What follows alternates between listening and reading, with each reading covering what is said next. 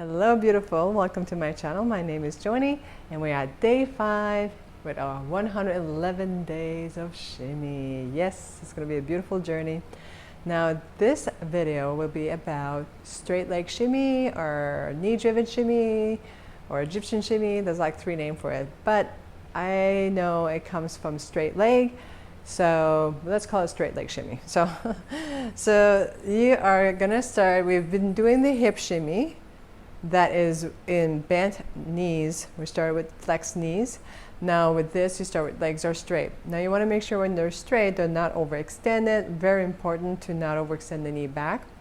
So from the knees that are being stretched, they're straight, but they're not overextended. I gotta emphasize on that. Mostly women who are wearing high heels, you tend to overextend your knee, and it's not good for the circulation in your legs. So you want to make sure that there's a soft, there's a soft flex into it. It's not locked.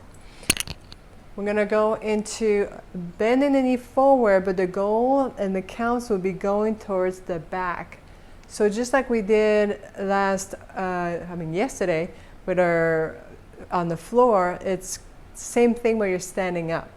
Instead of hitting the floor, you're just going back. Okay, so you're going to go and start with the knee flex and then straight back. Legs are both straight, but you start flexing and straight. The counts would be 1, 2, and then you're going to alternate. Okay, so start with your right. 1, 2. So as that one goes back, the other one has to change right away to the front. 1, 2, 3, 4. That's your first count. 1, 2, 3, 4. 1, 2, 3, 4. 1, 2, your first rhythm, and then we're going to go to our second rhythm. 1, 2, 3, 4. 1, 2, 3, 4. 1, 2, 3, 4. Going back, the counts are back, back, back, back, back, back, back, back, back, back, and then third, 1 and 2 and 3 and 5, and the counts are on the right, and then the left is the ants. Okay, so the difference from straight leg shimmy to a hip shimmy, the hip is in the hip. That's why we call it hip shimmy. You're going to see your hip going up and down this way. But this one, you want everything else to jiggle. You want to make sure your glutes are soft, they're not tight. It makes it harder. You want to kind of jiggle like jello. Yummy.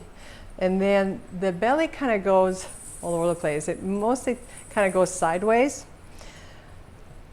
So it's not much in the hip. It's mostly in the buttocks and your belly. Okay? So now we're going to go into our 4 rhythm. 1 and 2 and 3 and 4. 1 and 2 and 3 and 4. So the lead is your right side, and the right leg just follows. Your left leg. So, but you want this to kind of you want to feel this. When you feel this jiggling, or your flesh kind of jiggle in your buttocks and your belly, and of course when you hear the bells or the coins, you know you're shimmying. Now anytime you start having lower back problems or stress on the lower back, just stretch it out. Again, it's very important with your posture. We're going to emphasize the posture, that you make sure that it's neutral, so it's not bowing forward or the weight's not too much on the heel. I always kind of make my weight go mostly on the arch. My body is on the arch of my feet, the strongest point of your feet. All right. Okay, and then there's a soft tucked into it. Okay, it's nice and relaxed. And again, legs are straight. You start from the legs, straight legs. What else? I think that's about it. Again, be kind to yourself. This shimmy has there's a lot of power in this shimmy, and also you're using your quads. You're working with the muscles in the inner thighs. So that's why doing seated shimmy to practice that is really important, because it helps you to build those muscles. But it's a little bit harder on the floor than it is standing up. So practice those, and now get into this one, and let's do it.